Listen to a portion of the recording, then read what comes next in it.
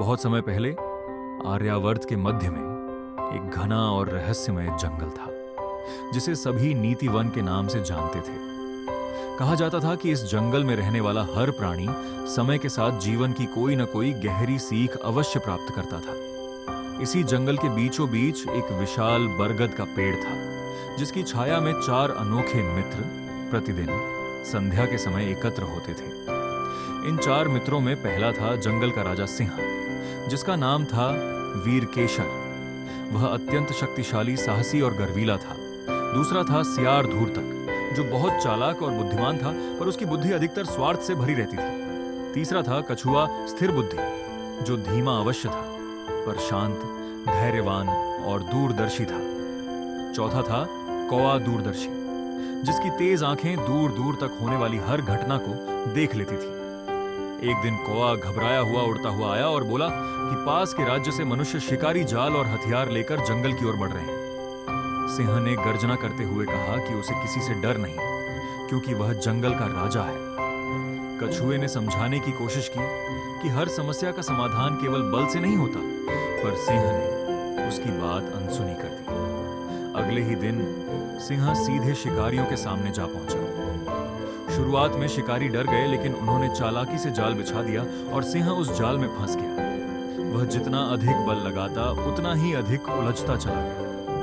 ऊपर से कौआ सब देख रहा था और नीचे कछुआ धीरे धीरे सहायता के लिए बढ़ रहा था। सियार भी वहां पहुंचा, लेकिन उसके मन में मदद से अधिक अवसर की भावना थी। वह सोचने लगा कि यदि सिंह कमजोर पड़ गया तो शायद वही जंगल का राजा बन सकता है। कछुए ने बिना समय गंवाए अपने मजबूत दांतों से जाल काटना शुरू किया। कौवा ऊपर से पहरा देता रहा। कुछ समय बाद सिंह मुक्त हो गया।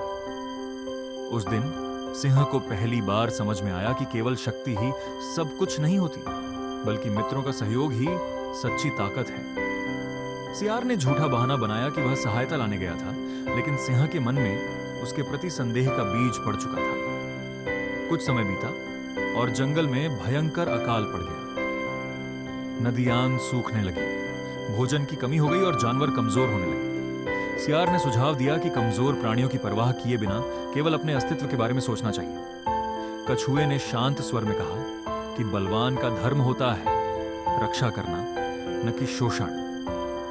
सिंह असमंजस में पड़ गया। तभी कौए ने सूचना दी कि जंगल के बाहर एक सुरक्षित घाटी है जहां पानी और भोजन दोनों उपलब्ध है। वहां तक पहुंचने का रास्ता मनुष्यों की बस्ती के पास से होकर जाता था। सियार ने कहा कि जो रास्ते में पीछे रह जाए उसे छोड़ देना चाहिए, लेकिन सिंह ने दृढ़ स्वर में घोषणा की कि सभी मित्र साथ जाएंगे और कोई भी पीछे नहीं छूटेगा। यात्रा कठिन थी। कछुआ धीरे चलता था। रास्ते में कई बार खतरे आए। एक बार मनुष्यों ने कछुए को पकड़ लिया। सियार डरकर भाग गया, लेकिन कौए ने शोर मचाया। सिंह ने बुद्धि से काम लिया और कछुए को सुरक्षित छुड़ा लिया। इस घटना ने मित्रता की सच्चाई को और स्पष्ट कर दिया। जब सभी सुरक्षित घाटी पहुंच गए, तब सियार ने अवसर देखकर स्वयं को राजा घोषित करने की कोशिश की, लेकिन कौए ने सबके सामने उसकी सारी चालें और स्वार्थ उजागर कर दी।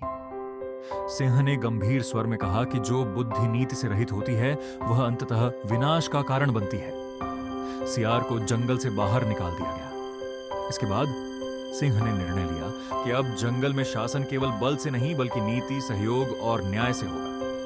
कछुआ उसका सलाहकार बना और कौआ संदेशवाहक। धीरे धीरे जंगल में फिर से शांति, संतुलन और समृद्धि लौट आई। इस प्रकार नीतिवन की यह कथा हमें सिखाती है कि सच्ची शक्ति बल में नहीं, बल्कि बुद्धि, मित्रता और सही